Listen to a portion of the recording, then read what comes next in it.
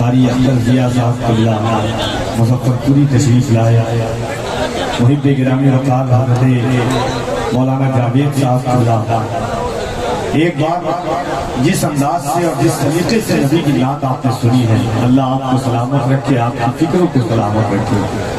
حضور کی نعت کا جو طریقہ جناب غلام نور مجسم النبی کے پڑھنے کا ہے، اور کیوں نہ ہو، واحد ایسا شاعر ہے جو پڑھتا ہے تو کبھی سوچتا ہوں کہ لفظ کی داد دوں، شاعری کے داد دوں، کہ ترنم کی داد دوں، ان کشمکش میں اور اس فکر میں یہ مقطع پڑھ کر کے چلے جاتے ہیں کہ دل چاہتا ہے کبھی لہجے کی داد دی جائے، کبھی شاعری کی داد دی جائے۔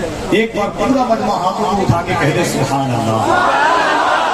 جب آپ محبتوں کا خراج پیش کر رہے تھے تو میں بیٹھا بیٹھا سوچ رہا تھا کہ ساری دنیا تو کمانے کے لیے بولتی ہے، ایک ماں ہے جو بس کھانے کے لیے بولتی ہے۔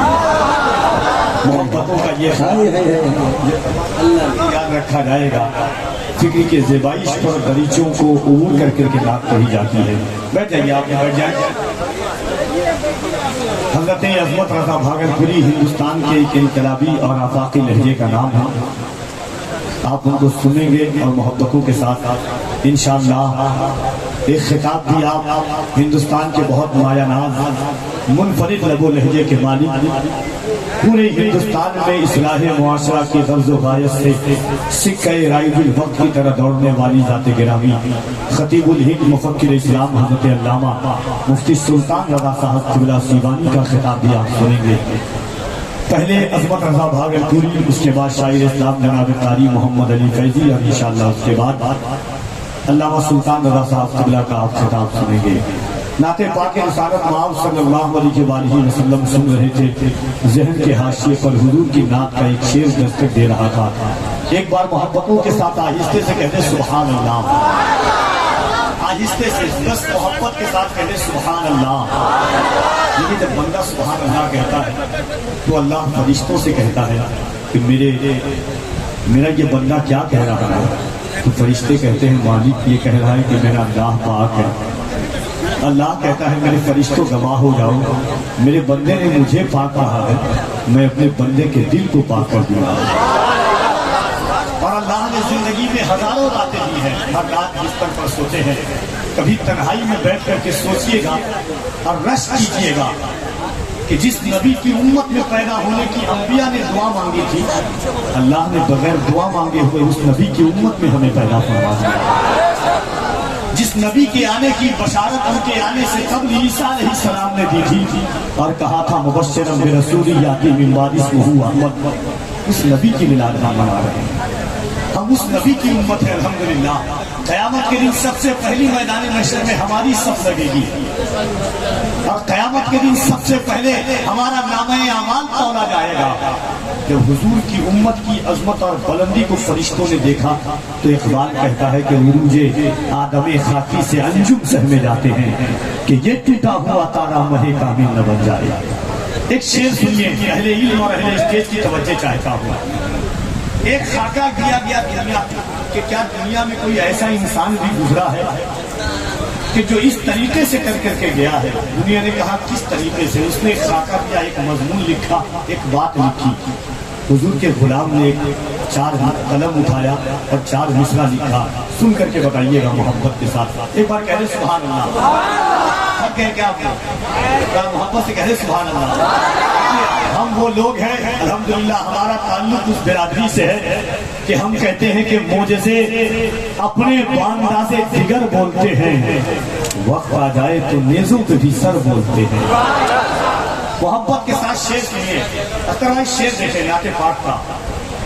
مفادی زندگی جینے کے عادی ہو گئے ہیں سب، یتیموں اور غلاموں سے محبت کون کرتا ہے؟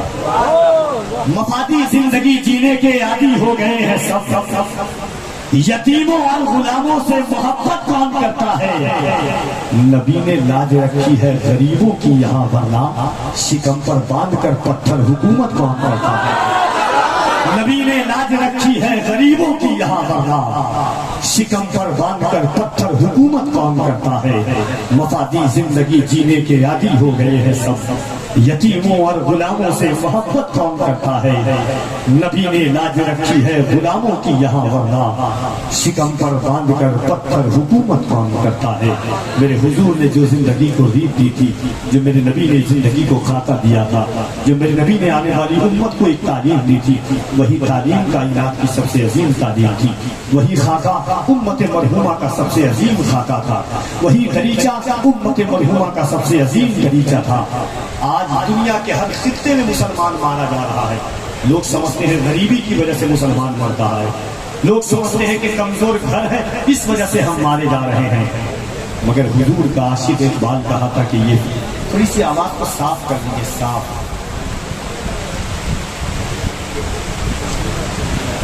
یہ فاقہ کش جو موت سے ڈرتا نہیں، ذرا روح محمد اس کے بدن سے نکال دے، فکر عرب کو دے کے فرنگی تخیلات، اسلام کو حجاز و یمن سے نکال دے۔ اس خیال سے ہم جیتے ہیں۔ یہ حضور کی مرضی سے سجانا یہ نصیب والوں کا کام ہے۔ یہ مسلم ٹولہ ویشالی کے لوگ جو جشن آمد سرکار کرتے ہیں، پوری دنیا کے لوگ کرتے ہیں، حضور کی آمد کا جشن مناتے ہیں، آپ سننے کے لیے آتے ہیں۔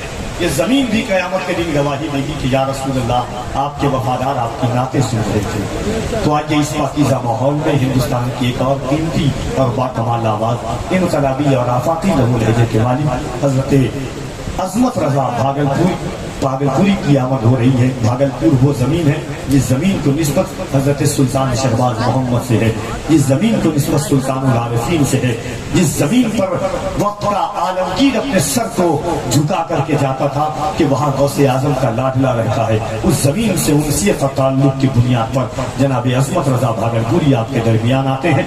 محبتوں کے ساتھ ہاتھوں کو اٹھا کر کے استقبال کر لیں، پورا مجمع یہاں سے وہاں تک نعرہ تکبیر، اور بڑا محبت سے نعرہ تکبیر، نعرہ رسالت، جشن آمد سرکار، جشن ولادت مصطفیٰ، فیضان غوث اعظم، فیضان سرکار سرکاہی، فیضان مخدوم بہار، فیضان مخدوم شرفہ، فیضان مخدوم اشرف، مسلک اعلیٰ حضرت، نعرہ تکبیر، نعرہ رسالت۔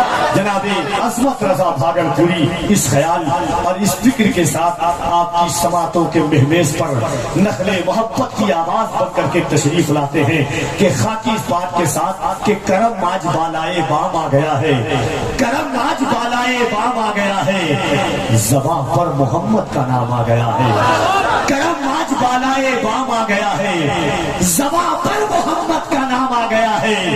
مزہ جب ہے محشر میں آتا یہ کہہ دے وہ دیکھو ہمارا غلام آ گیا ہے۔